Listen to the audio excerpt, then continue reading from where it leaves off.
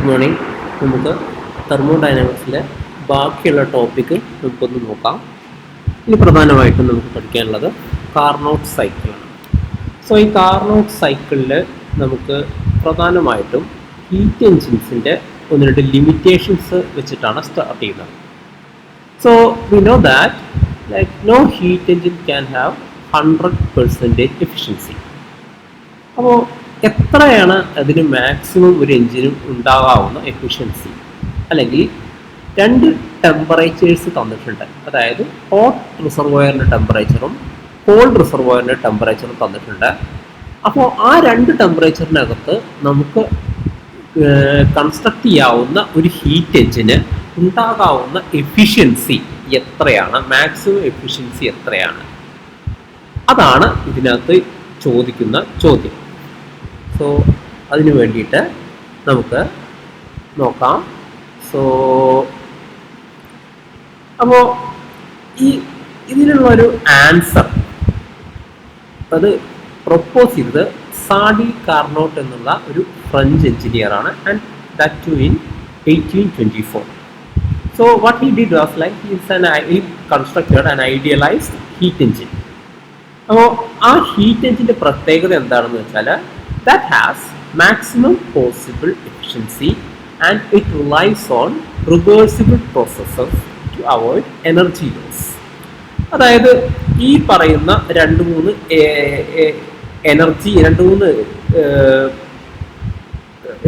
Heat engines രണ്ട് റിസർവോയേഴ്സിൻ്റെ ഇടയിൽ work ചെയ്യുമ്പോൾ നമുക്കതിനകത്ത് ഇറിവേഴ്സിബിൾ പ്രോസസ്സുകളൊന്നും ഇല്ലാതെ എങ്ങനെയാണ് നമുക്കതിനെ മാക്സിമം എഫിഷ്യൻസി ഉള്ള ഒരു എൻജിനായിട്ട് കൺസ്ട്രക്ട് ചെയ്യാൻ പറ്റുക, അല്ലെങ്കിൽ അതിനകത്ത് വരുന്ന ലിമിറ്റേഷൻ എന്താണ് എന്നുള്ള കാര്യങ്ങളെല്ലാമാണ് നമുക്കിവിടെ കാണാൻ പോകുന്നത്.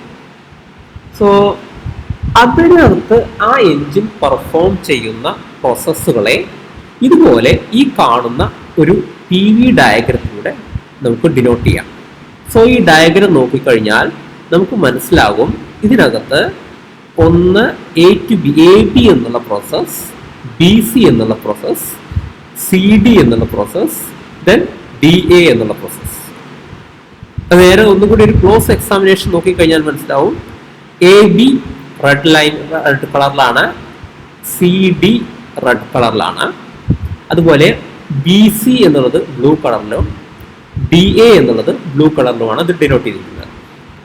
സോ ഇതിനകത്ത് ഈ കാർനോട്ട് സൈക്കിൾ എങ്ങനെയാണ് വർക്ക് ചെയ്യുന്നത് എന്നുള്ളതിനെ പറ്റിയിട്ട് നമുക്കൊന്ന് നോക്കുകയാണ്. അപ്പോൾ അതിന് വേണ്ടിയിട്ട് ഈ സ്റ്റെപ്സ് ഓഫ് കാർനോട്ട് സൈക്കിൾ അത് നമുക്കൊന്ന് നോക്കാം.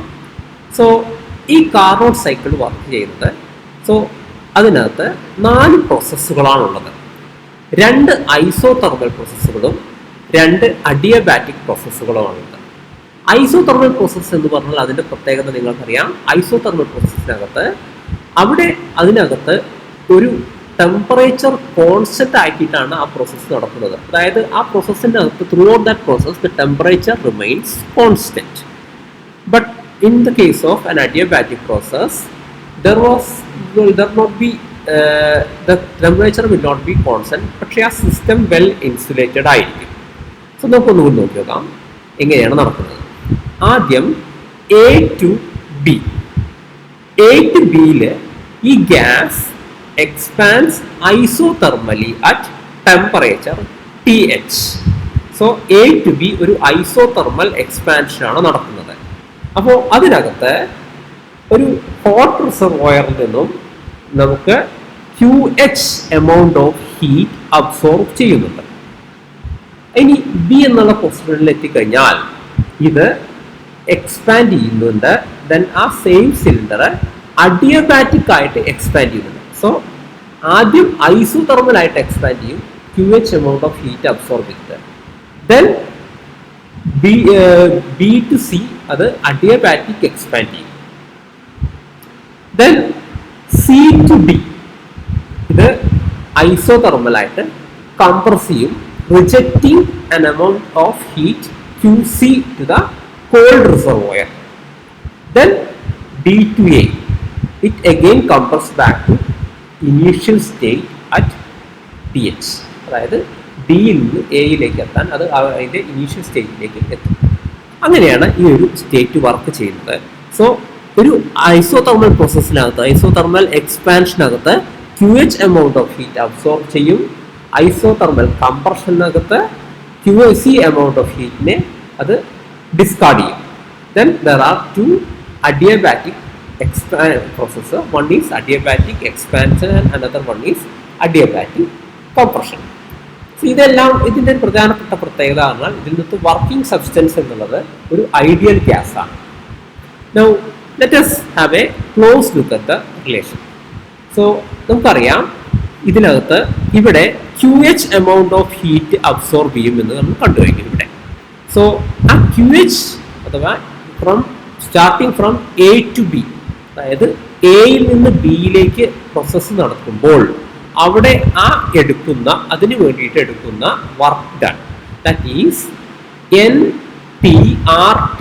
So that's of course there's an R, NRTH log VB by VA. Similarly, QC, that is the heat rejected to the cold reservoir, that is equal to WCD, which is equal to NRTC log VD by VC. That is equal to minus NRTC log VC by VD. അതെന്താ കാരണം എന്ന് നോക്കി നോക്കാം. VD എന്ന് പറഞ്ഞാൽ ഈ point ആണ്, VC എന്ന് പറഞ്ഞാൽ ഈ പോയിന്റ് ആണ്. അതായത് VC VDയേക്കാൾ വലുതാണ്. അതുകൊണ്ട് തന്നെ ഇവിടെ VD by VC എന്നുള്ളത് നെഗറ്റീവ് ആയിട്ട് വരും.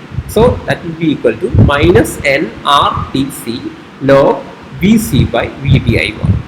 That means QC is negative. That means heat flows out of the gas during this isothermal compression at temperature TC.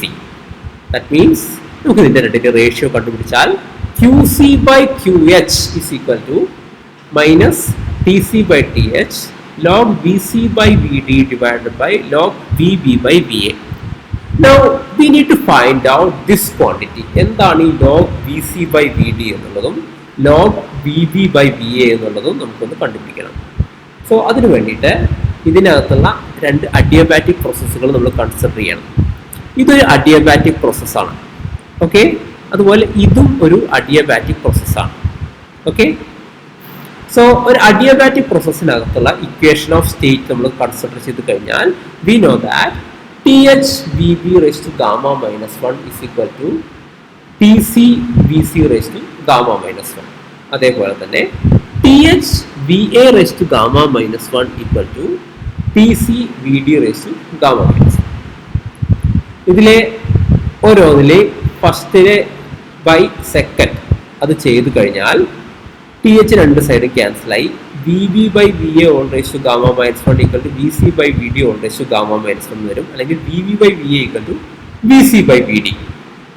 അത് നേരെ ഇവിടെ ഇക്വേഷനിലാണ് സബ്സ്റ്റിറ്റ്യൂട്ട് ചെയ്ത് കൊടുത്താൽ what we are getting is QC by QH is equal to TC by TH. There of course there's a minus sign. So QC modulus of QC by QH is equal to TC by TH. അതായത് heat ട്രാൻസ്ഫറിന്റെ Carnot engine നമുക്ക് അറിയാം. Carnot എഞ്ചിന്റെ കേസിൽ എഫിഷ്യൻസിയുടെ ടേമിനകത്ത് QC by QH എന്നുള്ള ഒരു term വന്നിരുന്നു. So Carnot എഞ്ചിന്റെ എഫിഷ്യൻസിയുടെ equation ഇതായിരുന്നു 1 മൈനസ് QC by QH എന്നുള്ളതായിരുന്നു നമ്മുടെ ഇക്വേഷൻ വന്നത്. So 1 minus QC by QH ആ ഇക്വേഷൻ നമുക്ക് ഇത് സബ്സ്റ്റിറ്റ്യൂട്ട് ചെയ്ത് കൊടുത്തു കഴിഞ്ഞാൽ ഇവിടെ ഇത് വരാൻ പോകുന്ന ഇക്വേഷൻ എന്നുള്ളത് കാർനോട്ട് എഞ്ചിന്റെ efficiency E is equal to 1 minus TC by TH, that is equal to TH minus TC by TH. So ഇതിന് ഓരോ ക്വാണ്ടിറ്റീസും പ്രത്യേകം പറഞ്ഞിട്ടുണ്ട്. TC എന്ന് പറഞ്ഞാൽ temperature of the called reservoir, TH എന്ന് പറഞ്ഞാൽ temperature of the hot reservoir. അപ്പോൾ ഇതിനകത്ത് നോക്കിയിട്ട് ഒരു കാര്യം നോക്കാം. അതായത് കാർനോട്ട് എഞ്ചിന്റെ എഫിഷ്യൻസി എന്നുള്ളത് ഹോട്ട് ടെമ്പറേച്ചറിന്റെയും കോൾഡ് റിസർവോയറിന്റെ അല്ലെങ്കിൽ ഹോട്ട് ടെമ്പറേച്ചർ റിസർവോയറിന്റെയും കോൾഡ് ടെമ്പറേച്ചർ റിസർവോയറിന്റെയും ടെമ്പറേച്ചേഴ്സിനെ മാത്രമേ ഡിപ്പെൻഡ് ചെയ്യുന്നുള്ളൂ. അല്ലെങ്കിൽ ഹോട്ട് മാക്സിമം ടെമ്പറേച്ചർ TH അതുപോലെ കോൾഡ് റിസർവോയർ ടെമ്പറേച്ചർ TC ഇതിനെ രണ്ടിനെയും മാത്രം ഡിപ്പെൻഡ് ചെയ്തുകൊണ്ടിരിക്കുന്ന ഒരു എഫിഷ്യൻസിയാണ് എഞ്ചിനാന്റെ എഫിഷ്യൻസിയാണ് കാർനോട്ട് എഞ്ചിന്റെ എഫിഷ്യൻസി. സോറി, ദാറ്റ് മീൻസ് ഇവിടെ ഇതിന് എഫിഷ്യൻസി മാക്സിമം ആക്കണമെന്നുണ്ടെങ്കിൽ ഒരേ ഒരു കാര്യമുള്ളത് ടി സി, ഇവിടെ കാണുന്ന ഈ ടി സി എന്നുള്ള ഈ ഒരു ക്വാണ്ടിറ്റി 0 ആവുകയാണ് ചെയ്യേണ്ടത്. പക്ഷേ ടി സി ഈക്വൽ ടു 0 എന്ന് പറഞ്ഞാൽ T C equal to 0 kelvin ആണ്. പക്ഷേ 0 കെൽവിൻ നമുക്ക് ഇമ്പോസിബിൾ ആണ്. അതുകൊണ്ട് തന്നെ efficiency of the Carnot engine can never be 100%. That is the most important thing we can analyze from the Carnot engine efficiency. And the same thing we can deduce from for a Carnot refrigerator also. The Carnot refrigerator in the case of QC by QH minus QC ആണ് നമ്മളതിൻ്റെ coefficient of performance. So അതിനകത്ത് QC അതായത് ഇതിനകത്ത് വരുന്നത് QC by QS minus QH അല്ലെങ്കിൽ QC by QH minus 1 minus QC by QH, അല്ലാന്നുണ്ടെങ്കിൽ TC by TH minus TC. So ഈ TCH minus TC എപ്പോഴും ചെറുതായി കഴിഞ്ഞാൽ K വളരെ കൂടുതലാവും. ദാറ്റ് മീൻസ് ഇവിടെ നമുക്ക് എന്താണെന്ന് വെച്ചാൽ കൂടുതൽ ഹീറ്റ് ലോവർ ടെമ്പറേച്ചറിൽ നിന്ന് ഹയർ ടെമ്പറേച്ചറിലേക്ക് ചെറിയ വർക്ക് കൊണ്ട് തന്നെ കൂടുതൽ ടെമ്പറേച്ചറിനെ, കൂടുതൽ ഹീറ്റിനെ നമുക്ക് എടുക്കാൻ പറ്റുമെന്ന് പറയാം. പക്ഷേ കൂടുതൽ ടെമ്പറേച്ചർ ഡിഫറൻസ് വരണമെന്ന് ഉണ്ടാവും തോറും നമുക്ക് അതിനകത്ത് ലാർജർ വാല്യൂ ഓഫ് K വേണ്ടി വരും. അതുപോലെ കൂടുതൽ വർക്ക് ചെയ്യേണ്ടി വരും. അതാണ് ഈ ടെമ്പറേച്ചർ ഇതിനകത്തുള്ള കോഎഫിഷ്യന്റ് ഓഫ് പെർഫോമൻസിൽ നിന്നും നമുക്ക് സെയിം റിസൾട്ട് വെച്ചിട്ട് നമുക്ക് അനലൈസ് ചെയ്യാൻ പറ്റുന്നത്. Okay, I'm going to stop for this session right now. Thank U.